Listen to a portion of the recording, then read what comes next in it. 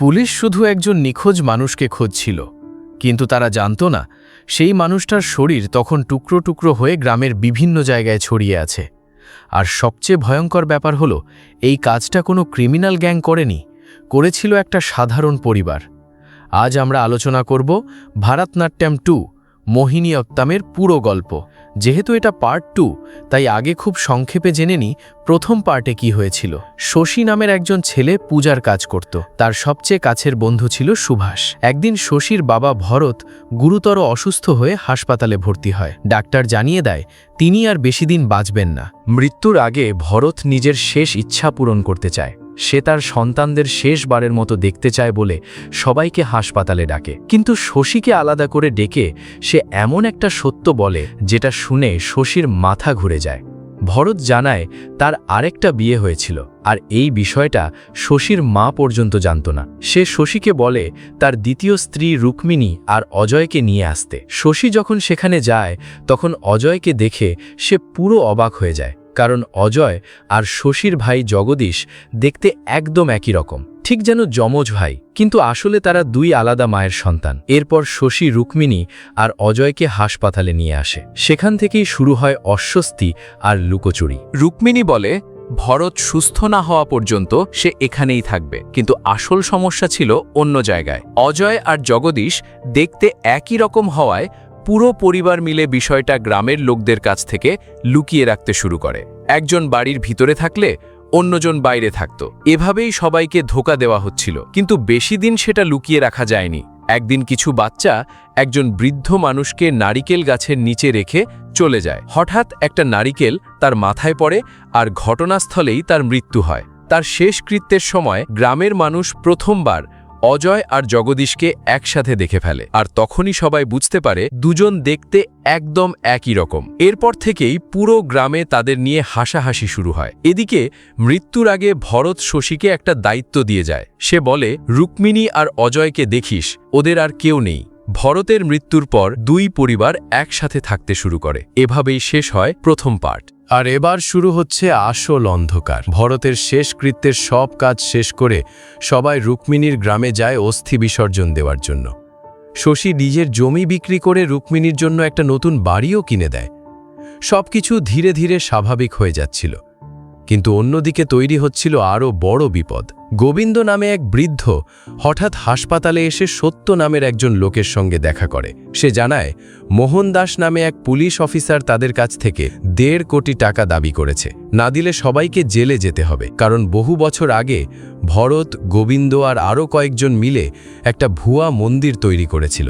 সেখানে গ্রামের মানুষদের কাছ থেকে ঘুষের টাকা নেওয়া হতো, আর সেই মন্দিরের দানবাক্স ছিল আসলে ঘুষ লুকানোর জায়গা। এখন সেই পুরনো অপরাধ আবার সামনে চলে এসেছে। গোবিন্দ এরপর রুক্মিণীদের বাড়িতে এসে বলে বাঁচতে চাইলে 75 লাখ টাকা দিতে হবে।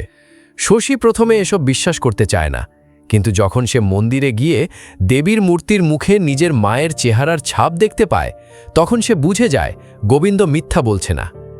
এদিকে পুরো পরিবার মিলে চিন্তা করতে থাকে রুক্মিণীকে কিভাবে বাঁচানো যায়, কিন্তু স্বাতীর স্বামী বিনয় এসবের বিরোধিতা করে। সে বলে, সবসময় অন্যদের ভবিষ্যৎ নিয়ে ভাবছ, আমাদের ভবিষ্যতের কথা কেউ ভাবছে? কারণ শিক্ষকতার চাকরি পেতে তার 50 লাখ টাকা দরকার ছিল। এদিকে গোবিন্দ দিন দিন আরও বিপজ্জনক হয়ে উঠছিল। সে বারবার এসে টাকার জন্য চাপ দিতে থাকে। একদিন রাগের মাথায় সে রুক্মিণীদের বাড়িতে চিৎকার শুরু করে দেয়। ঠিক তখন অজয় সামনে এসে বলে তারা কোনো টাকা দেবে না, আর গোবিন্দকে সেখান থেকে চলে যেতে বলে। আর সেই মুহূর্তেই গোবিন্দ বুঝে যায় অজয় আর জগদীশ দেখতে একই রকম। এখন সে এই গোপন বিষয়টা পুরো গ্রামের সামনে ফাঁস করে দেওয়ার হুমকি দিতে শুরু করে।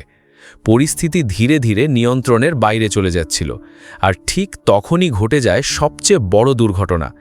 পরিবারের সবাই মিলে গোবিন্দকে শান্ত করার চেষ্টা করছিল।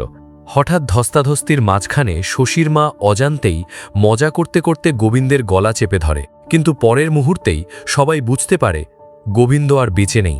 ঘরের ভেতর মুহূর্তেই নেমে আসে ভয়ঙ্কর নীরবতা, কারণ সবাই বুঝে যায় এখন থেকে তাদের জীবন আর আগের মতো থাকবে না। ঠিক তখনই শশী বাড়িতে ফিরে আসে, আর ঘরে ঢুকেই সে দেখে গোবিন্দের নিথর দেহ মাটিতে পড়ে আছে।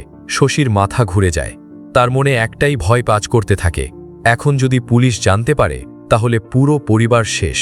এরপর শুরু হয় মৃতদেহ লুকানোর ভয়ঙ্কর খেলা। শশী প্রথমে একজন আইনজীবীকে ফোন করে জিজ্ঞেস করে, যদি ভুল করে কাউকে মেরে ফেলা হয় তাহলে কি বাঁচার কোনো উপায় আছে? কিন্তু উকিল সোজা বলে দেয়, না, এটা খুনের মামলা, কেউ বাঁচতে পারবে না। এই কথা শোনার পর সবাই আরও ভয় পেয়ে যায়। এরপর তারা সিদ্ধান্ত নেয়, যেভাবেই হোক মৃতদেহ সরাতে হবে। কিন্তু সমস্যা একটার পর একটা বাড়তে থাকে। গোবিন্দের ভাগ্নে যজ্ঞেশ আগেই সন্দেহ করতে শুরু করেছিল। সে দেখেছিল গোবিন্দ রুক্মিণীদের বাড়িতে ঢুকেছিল, কিন্তু আর বের হয়নি।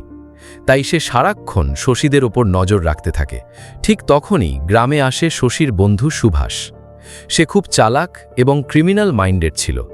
সব ঘটনা শোনার পর সুভাষ বলে, এখন শুধু একটা উপায় আছে, মৃতদেহ পুরোপুরি গায়েব করতে হবে।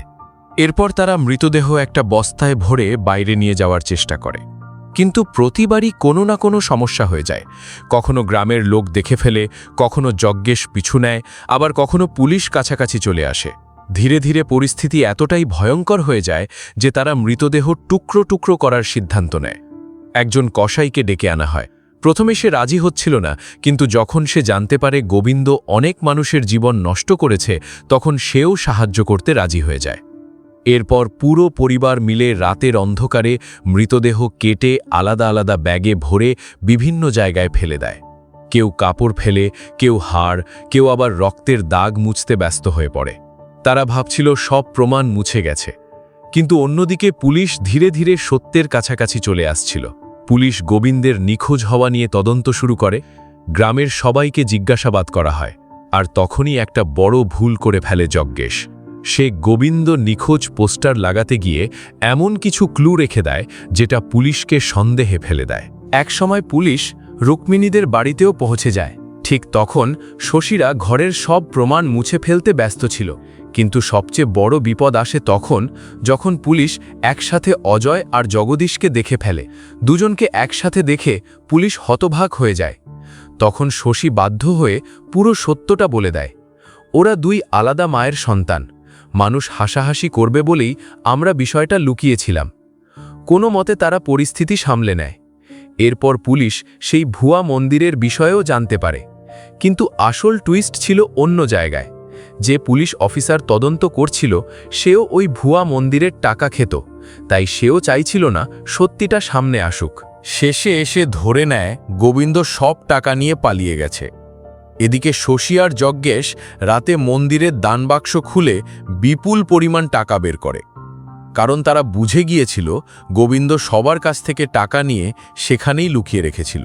আর সবচেয়ে অন্ধকার কাজটা তারা করে, শেষে গোবিন্দের শরীরের যেসব অংশ বাকি ছিল সেগুলো পুড়িয়ে ফেলা হয়। তার ছাইও পানিতে ভাসিয়ে দেওয়া হয়, ঠিক যেমনটা ভরতের শেষকৃত্যে করা হয়েছিল।